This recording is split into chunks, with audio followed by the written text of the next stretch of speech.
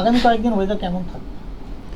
এখন আমাদের আবহাওয়ার যা লেটেস্ট পূর্বাভাস সেটা হচ্ছে যে আগামী কয়েকদিনে এখন আমাদের মূলত বাতাসের নিম্নস্তরে একটা ঘূর্ণাবর্ত ঝাড়খণ্ডের উপরে আছে, আর এরই প্রভাবে হালকা থেকে মাঝারি বৃষ্টিপাতের সম্ভাবনাই কেবলমাত্র থাকবে আগামী কয়েকদিনে, যেটা বিস্তৃত হচ্ছে এরকম যে আগামী 24 ঘন্টায় আমাদের দক্ষিণবঙ্গে কেবলমাত্র বিক্ষিপ্তভাবেই হালকা থেকে মাঝারি বৃষ্টিপাত, বজ্রপাত সহ বৃষ্টিপাত হওয়ার সম্ভাবনা রয়েছে।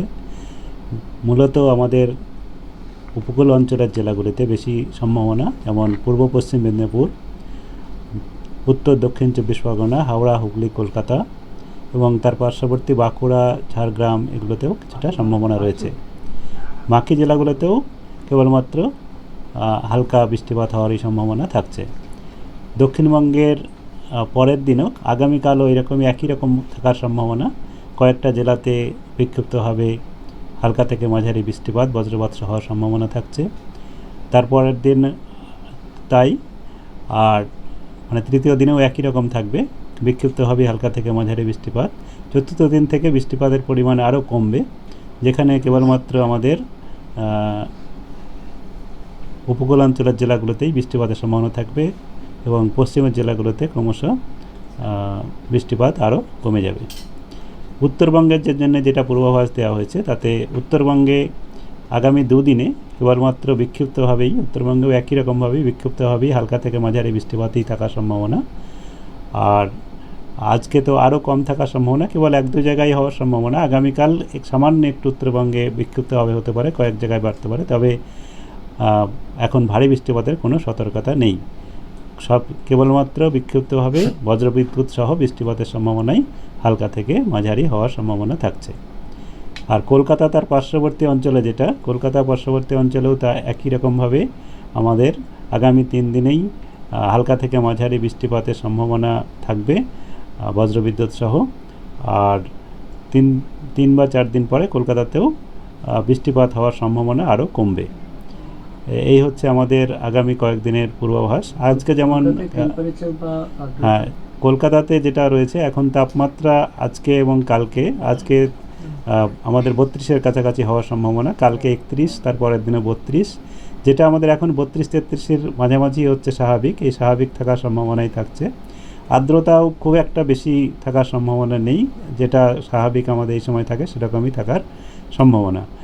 আর যেটা বজ্রবিদ্যুৎ সহ আজকে কিছুটা বজ্রবিদ্যুৎ অলরেডি আমাদের দুপুরের দিকে কিছুটা হচ্ছে, আর আগামীকালও দুপুর বা সন্ধ্যার দিকেই সম্ভাবনা থাকবে। এই হচ্ছে আমাদের কলকাতার আর্দ্রতা এবং তাপমাত্রা।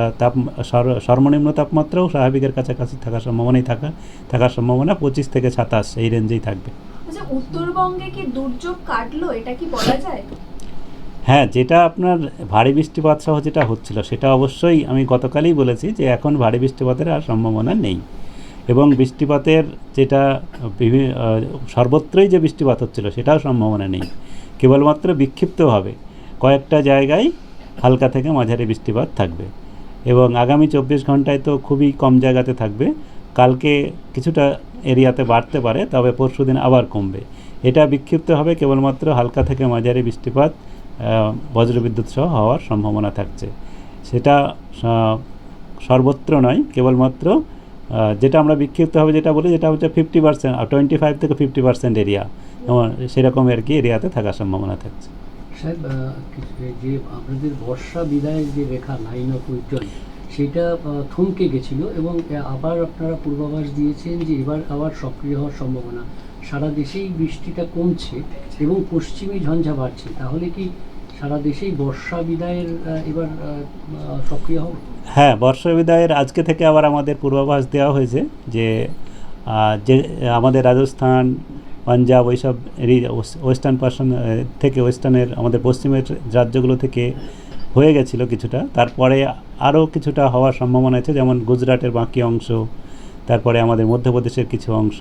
আগামী 2-4 দিনের মধ্যে এটা হওয়ার সম্ভাবনা আজকে আমাদের পূর্বাভাসে, যেটা আমাদের ন্যাশনাল পূর্বাভাস, সেখানে দেওয়া হয়েছে।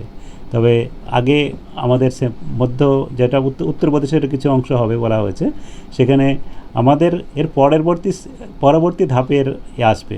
এবং যেহেতু আপনি যেটা বললেন যে পশ্চিমী ঝঞ্ঝা যখনই বাড়বে, তার মানে হচ্ছে আমাদের মনসুন এরিয়াটা কমবে।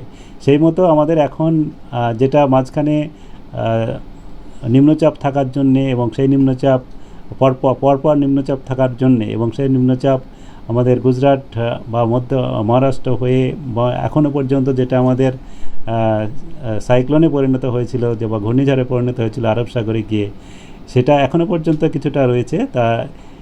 তার জন্যেই এই যে আমাদের মনসুনের যেটা উইথড্রল ফেজ সেটা ছিল, থমকে ছিল, এখন আবার ধীরে ধীরে সক্রিয় হচ্ছে, যেটা আমাদের আজকে বলা হয়েছে যে কিছুটা অংশে আগামী 2-3 দিনের মধ্যে হওয়ার সম্ভাবনা রয়েছে। এর পরবর্তী ধাপে আমাদের রিজনে এখনও পর্যন্ত মনসুনের ফ্লো আছে, তবে কয়েকদিন পরে হয়তো আমাদের রিজনেও সেটা দেখা যাবে, তবে আমাদের এখনও কিছু বলা হয়নি। মানে কলকাতাতে তো 10ই অক্টোবর প্রবাবল ডেটে বলা হয় না, আজকে তো 7 তারিখ হয়ে গেল, 10 তারিখে হওয়ার সম্ভাবনা খুবই কম। কারণ হচ্ছে আমি তো বললাম 10 তারিখ, আজকে 7, 8, 9 3 দিন তো বৃষ্টিপাতের সম্ভাবনা থাকছেই। হ্যাঁ, তারপরেও কিছুটা বৃষ্টিপাতের সম্ভাবনা থাকবে।